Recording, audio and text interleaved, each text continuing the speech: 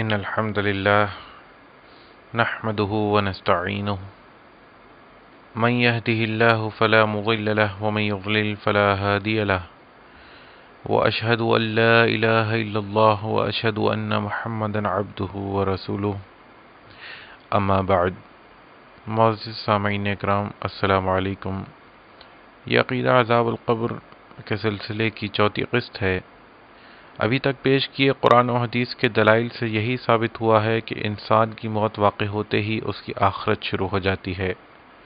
آخرت کی ابتدا ہی میں اسے جنت یا جہنم میں داخل کر دیا جاتا ہے، جہاں اسے جزا یا سزا ملنی شروع ہو جاتی ہے. موت واقع ہوتے ہی انسان کا مٹی سے بنا یہ جسم مردہ ہو کر بے حس و بے شعور ہو جاتا ہے، اور رفتہ رفتہ یہ جسم سڑ جاتا ہے، اور کتاب اللہ کے مطابق اب اسے قیامت کے دن دوبارہ بنایا جائے گا. یعنی مرنے کے بعد جزا اور سزا کا تعلق مٹی سے بنے اس جسم کے ساتھ ہرگز نہیں، جیسا کہ پہلے بھی بتایا گیا کہ عذاب القبر عذاب الآخرہ ہی کا پہلا حصہ ہے. قرآن المجید سورۃ التوبہ 101 نمبر آیت میں اللہ تبارک و تعالی فرماتے ہیں: وَمِمَّنْ حَوْلَكُمْ مِنَ الْأَعْرَابِ مُنَافِقُونَ وَمِنْ أَهْلِ الْمَدِينَةِ مَرَدُوا عَلَى النِّفَاقِ. تمہارے گرد و پیش بسنے والے دیہاتیوں میں سے کچھ منافق ہیں، اور کچھ مدینہ کے رہنے والوں میں سے جو نفاق میں طاق ہو گئے ہیں. لا تعلمهم، تم ان کو نہیں جانتے. نحن نعلمهم، ہم انہیں جانتے ہیں. سنعذبهم مرتين، ہم انہیں 2 مرتبہ عذاب دیں گے. ثم يردون الى عذاب عظیم، پھر وہ لوٹائے جائیں گے عذاب عظیم یعنی بڑے عذاب کی طرف. اس آیت میں 3 عذابات کا ذکر ہے. پہلا عذاب دنیا میں ملنے والا، دوسرا عذاب مرتے ہی شروع ہو جانے والا، جبکہ تیسرا عذاب وہ ہے جو قیامت کے دن سے شروع ہوگا. قرآن کی اس آیت کی تشریح ہمیں قرآن کی دوسری آیت سے ملتی ہے، سورہ یونس آیت نمبر 90، جس میں آل فرعون پر عذاب کا ذکر ہے.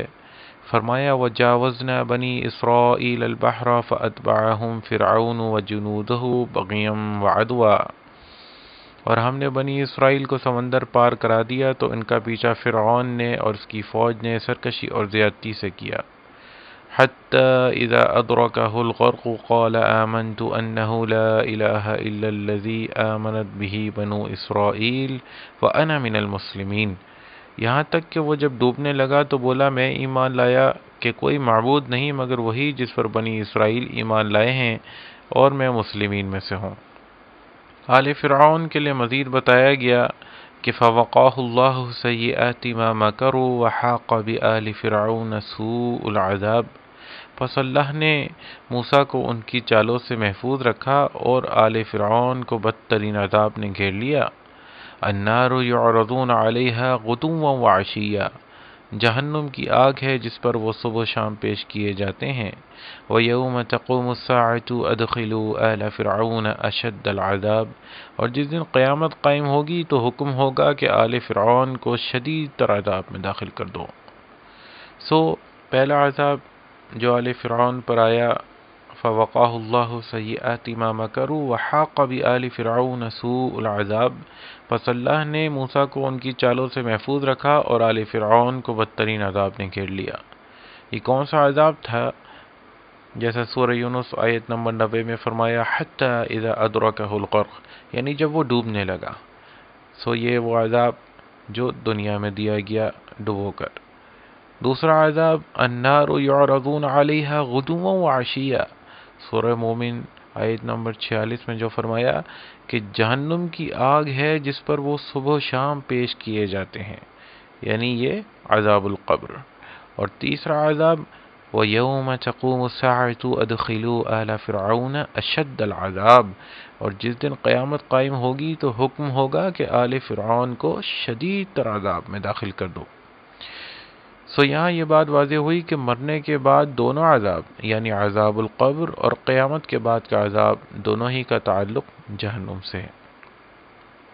اور قرآن میں ہمیشہ عذاب و راحت کا مقام جنت یا جہنم ہی بتایا گیا ہے، جیسا سورۃ البقرہ آیات 38 اور 39 میں جب آدم علیہ السلام کو دنیا میں بھیجے جانے کا تذکرہ کرتے ہوئے اللہ تبارک و تعالیٰ نے فرمایا کہ قُلْنَا اهْبِطُوا مِنْهَا جَمِيعًا، ان سے کہا ہم نے کہ تم سب یہاں سے اتر جاؤ، فَإِمَّا يَأْتِيَنَّكُم مِّنِّي هُدًى، پھر جو ہدایت میری طرف سے تمہیں پہنچے، فَمَن تَبِعَ هُدَايَ فَلَا خَوْفٌ عَلَيْهِمْ وَلَا هُمْ يَحْزَنُونَ، تو جو اس کی پیروی کریں گے ان کے لیے نہ تو کوئی خوف ہوگا اور نہ ہی کوئی غم ہوگا۔ وَالَّذِينَ كَفَرُوا وَكَذَّبُوا بِآيَاتِنَا أُولَئِكَ أَصْحَابُ النَّارِ هُمْ فِيهَا خَالِدُونَ، اور جو کفر کریں اور ہماری آیات کو جھٹلائیں تو یہی جہنمی ہیں اور وہ اس میں ہمیشہ رہیں گے۔ اسی طرح التوبہ آیت نمبر 68 میں فرمایا وعد اللہ المنافقین والمنافقات والکفار النار جہنم خالدین فیہا، اللہ نے منافق مردوں اور منافق عورتوں اور کافروں سے جہنم کی آگ کا وعدہ کیا ہے، ہی حسبہم، وہ اسی کے لائق ہے، ولعنہم اللہ، اور اللہ نے ان پر لعنت کر دی ہے، ولہم عذاب مقیم، اور ان کے لیے ہمیشہ کا عذاب تیار ہے۔ اسی طرح سورۃ توبہ آیت نمبر 72 میں فرمایا وعد اللہ المؤمنین والمؤمنات جنات تجری من تحتها الانہار خالدین فیہا، اللہ نے اہل ایمان مرد اور عورتوں سے ان جنتوں کا وعدہ کیا ہے جن کے نیچے نہریں بہتی ہیں، ان میں وہ ہمیشہ رہنے والے ہیں۔ ومساکن طیبۃ فی جنات عدن، اور بہترین باغات میں نفیس مکانات کا وعدہ کیا گیا ہے۔ ورضوان من اللہ اکبر، اور اللہ کی رضامندی تو سب سے بڑھ کر ان کی نعمت ہے۔ ذالک هو الفوز العظیم، سو یہی بڑی کامیابی ہے۔ اب یہ وعدہ کہاں پورا ہوگا؟ اللہ تبارک و تعالیٰ سورۃ الذاریات آیت نمبر 22 میں فرماتے ہیں وَفِي السَّمَاءِ رِزْقُكُمْ وَمَا تُوعَدُونَ، اور تمہارا رزق اور جس چیز کا تم سے وعدہ کیا جا رہا ہے وہ آسمانوں میں ہے۔ یہی وجہ ہے کہ قرآن و حدیث میں کہیں بھی مرتہی راحت یا عذاب کا ذکر ہوتا ہے تو وہاں جنت اور جہنم ہی بیان کیا جاتا ہے، اور دوسری طرف یہ مٹی کا بنا جسم تو سڑگل جاتا ہے، اس پر عذاب کا کوئی ذکر بھی نہیں۔ جن احادیث سے یہ مسئلہ کی علماء اس جسم یا اس زمینی قبر میں عذاب کا عقیدہ بیان کرتے ہیں، ان کی حقیقت بھی انشاءاللہ العزیز قرآن و احادیث سیاح کے متفق عقیدے کے تحت بیان کر دی جائے گی۔ پہلا وہ واقعہ جو قلیب بدر کا ہے کہ جب نبی علیہ السلام نے مقتولین بدر کی لاشیں ایک کنویں میں پھینکوا دیں اور پھر تیسرے دن ان سے خطاب کیا یا فلان ابن فلان یا فلان ابن فلان ایسرکم انکم اطعتم اللہ ورسولہ، اے فلاں بن فلاں، اے فلاں بن فلاں، اب تم کو یہ معلوم ہوتا ہے کہ تم اللہ کا اور اس کے رسول کا حکم مان لیتے تو یہ تمہارے لیے زیادہ آسان تھا۔ فَإِنَّا قَدْ وَجَدْنَا مَا وَعَدَنَا رَبُّنَا حَقًّا، سو ہمارے رب نے جو ہم سے وعدہ کیا تھا ہم نے تو اسے حق پایا۔ فَهَلْ وَجَدْتُم مَا وَعَدَ رَبُّكُمْ حَقًّا، تو تمہارے رب نے جو تم سے وعدہ کیا تھا کیا تم نے اسے بھی پورا پایا؟ صحیح بخاری کتاب المغازی کے اندر یہ روایت آئی ہے۔ اور نبی علیہ السلام نے جب یہ بات کہی تو عمر رضی اللہ عنہ حیرت زدہ ہو کر سوال کرنے لگے یا رسول اللہ ما تکلم من اجساد اللہ ارواح لها، اللہ کے رسول صلی اللہ علیہ وسلم ایسی لاشوں سے آپ خطاب فرما رہے ہیں جن میں کوئی جان نہیں؟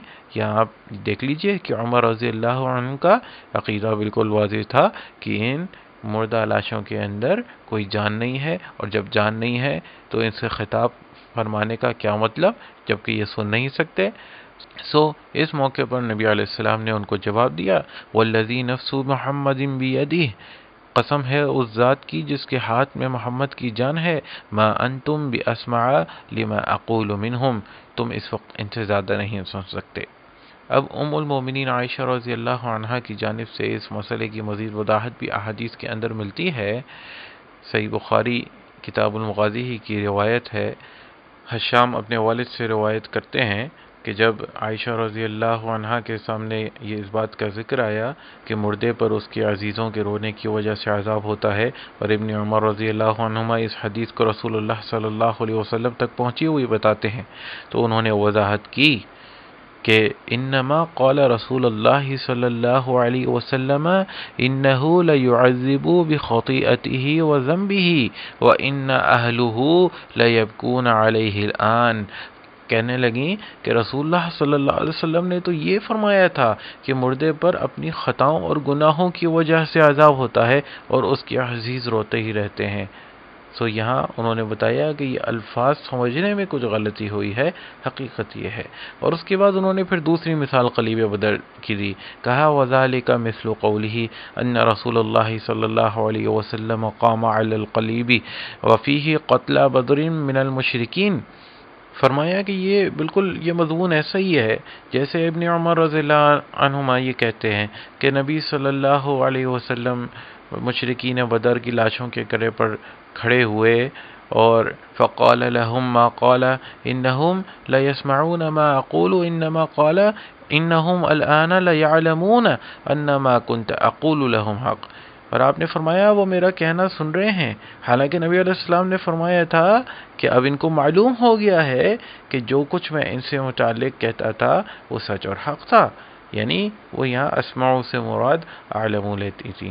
اس کے بعد انہوں نے سورۃ النمل کی آیت تلاوت کی کہ انک لا تسمع الموتى، اے نبی تم مردوں کو اپنی بات نہیں سنا سکتے، اور پھر سورہ فاطر کی آیت نمبر 22 تلاوت کی کہ وما انت بمسمع من فی القبور، اور اے نبی تم قبر والوں کو اپنی بات نہیں سنا سکتے۔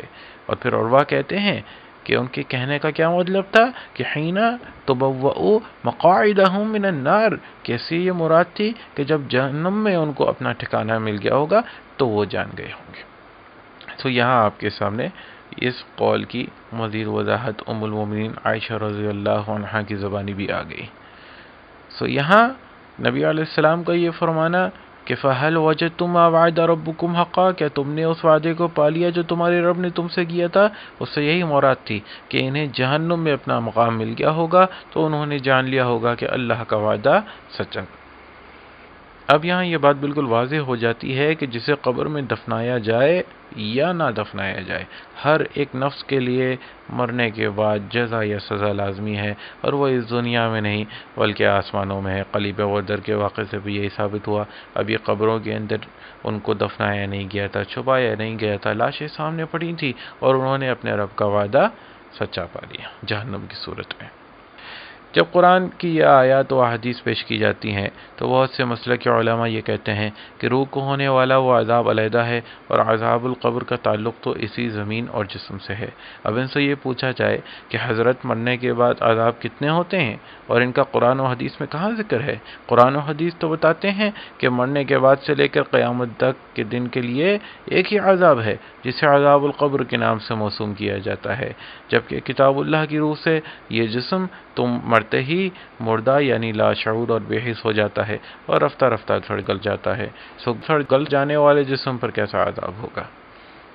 اسی عقیدے کے حامل لوگ اپنے عقیدے کے دفاع میں ایک اور حدیث پیش کرتے ہیں، یہ صحیح بخاری کتاب احادیث الانبیاء کے اندر آئی ہے۔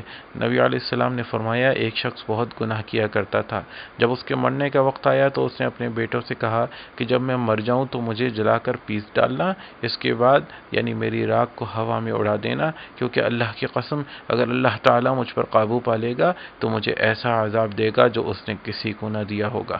چنانچہ جب وہ مر گیا تو اس کے ساتھ اس کی وصیت کے موافق ایسا ہی کیا گیا۔ پس اللہ تعالیٰ نے زمین کو حکم دیا کہ اس شخص کے جس قدر ذرات تجھ میں ہیں جمع کر، زمین نے یکدم جمع کر دیے، یکدم وہ شخص صحیح و سالم کھڑا ہو گیا۔ پھر اللہ تعالیٰ نے فرمایا تجھے اس حرکت پر جو تو نے کی کس چیز نے برانگیختہ کیا؟ اس نے عرض کیا پروردگار تیرے خوف نے، پس اللہ تبارک و تعالیٰ نے اس شخص کو بخش دیا۔ اب یہاں آپ حدیث کے الفاظ پر غور کیجئے کہ وہ شخص صحیح و سالم کھڑا ہو گیا کہ آج تمام جلائے جانے والے مردوں کی خاک اسی طرح جمع ہو کر صحیح و سالم ایک انسان بن کر کھڑا ہو جاتا ہے اور پھر اس کو عذاب القبر ہوتا ہے؟ ہرگز نہیں۔ تو پھر یہ حدیث کس طرح اس عقیدے کے ثبوت میں پیش کی جا سکتی ہے؟ اس سے قبل قرآن و حدیث کا بیان پیش کیا جا چکا ہے کہ یہ جسم سڑ گل جاتا ہے اور اسے قیامت کے دن ہی دوبارہ بنایا جائے گا۔ اس سے قبل قرآن و حدیث کا بیان پیش کیا جا چکا ہے کہ یہ جسم سڑ گل جاتا ہے اور اسے قیامت کے دن ہی دوبارہ بنایا جائے گا۔ اس کے مقابلے میں یہ حدیث محض ایک استثنائی معاملہ ہے۔ یہ تھوڑا سا اس مسئلے کو سمجھنے کی بھی ضرورت ہے کہ اللہ کے قانون یعنی اللہ کی سنت اور اللہ کی قدرت یعنی معجزات یا استثنائی معاملات میں کیا فرق ہے۔ سامعین کرام، ایک اللہ کا قانون ہوتا ہے اور دوسری اس کی قدرت۔ قانون پر عقیدہ رکھا جاتا ہے، جبکہ قدرت کا مظاہرہ اگر قابل اعتبار ذریعے سے ہو تو صرف اس کے وقوع پذیر ہونے پر ایمان ضرور رکھا جاتا ہے، لیکن اس کو عمومی عمل سمجھ کر اس پر عقیدہ ہرگز نہیں بنایا جاتا، بلکہ اسے استثناء کہا جاتا ہے۔ جیسے اللہ کا قانون ہے کہ ہر بچہ ماں اور باپ کے ملاپ سے پیدا ہوتا ہے، لیکن عیسیٰ علیہ السلام کی پیدائش اس قانون سے ہٹ کر ہوئی، اس لیے یہ پیدائش استثناء کہلائی جائے گی۔ اللہ کا قانون واضح ہے کہ سڑے گلے جسم صرف قیامت کے دن ہی دوبارہ بنائے جائیں گے، لیکن یہ لوگ اس ضمن میں کتاب اللہ میں موجود اس قانون کو پیش ہی نہیں کرتے، بلکہ یہ ایک استثنائی معاملہ پیش کر دیتے ہیں۔ در حقیقت اس واقعے میں تو یہ بتلایا گیا ہے کہ اس شخص نے اللہ کے ڈر سے ایسا کرنے کا کہا تھا، اور اللہ نے اس کے جسم کو دوبارہ بنا کر یہ بتا دیا کہ اللہ کی پکڑ سے کوئی نہیں بچ سکتا، چاہے وہ کسی بھی حالت میں ہو۔ یاد رکھیں، مرنے کے بعد جزا یا عذاب ہر نفس کے ساتھ ہے، خواہ وہ اس زمینی قبر میں دفن ہو یا نہیں۔ ان حضرات کا یہ کہنا ہے کہ جزا یا سزا روح کو علیحدہ ملتی ہے اور جسم کو علیحدہ، یہ محض ایک تکلف کے علاوہ اور کچھ نہیں۔ ابھی تک ہم نے قرآن و احادیث صحیحہ کے بیشتر دلائل کی روشنی میں یہی پایا ہے کہ مرنے کے بعد عذاب و راحت کا مقام جنت یا جہنم ہے، جہاں وہ سزا یا جزا سے دوچار کیا جا رہا ہے۔ البتہ کوئی حدیث یا آیت ایسی نہیں ملتی جس میں نبی صلی اللہ علیہ وسلم نے صراحتاً یہ فرمایا ہو کہ اسی دنیاوی قبر میں جزا یا سزا دی جا رہی ہے۔ معراج کی رات میں موسیٰ علیہ السلام کی قبر میں صلاح ادا کرنے کو بھی دنیاوی قبر کے اندر عذاب القبر کی دلیل بنایا جاتا ہے، جبکہ معراج کے موقع پر نبی صلی اللہ علیہ وسلم کا یہ فرمان کہ انہوں نے موسیٰ علیہ السلام کو اپنی قبر میں دیکھا، یہ کسی بھی صورت اس دنیاوی قبر میں عذاب القبر کی دلیل نہیں بن سکتا۔ پہلی چیز تو وہ معجزے کی رات تھی، اور معجزہ عام قانون سے ہٹ کر ہوتا ہے۔ اس رات میں بہت کچھ ایسا ہوا جو عام قانون سے ہٹ کر ہوتا ہے، جس کو عام حالات میں دلیل نہیں بنایا جا سکتا۔ اور پھر اسی رات میں نبی علیہ السلام نے موسیٰ علیہ السلام کو صرف دنیاوی قبر میں ہی نہیں دیکھا، بلکہ آسمانوں میں بھی دیکھا، اور بیت المقدس میں انبیاء کی امامت کروائی گئی تو وہ وہاں بھی موجود ہوں گے۔ سو اس دلیل کے بنا پر صرف موسیٰ علیہ السلام کو اسی دنیاوی قبر میں زندہ کیسے مانا جا سکتا ہے؟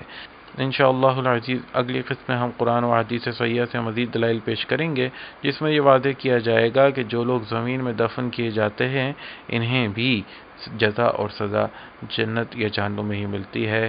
تب تک کے لیے اللہ حافظ۔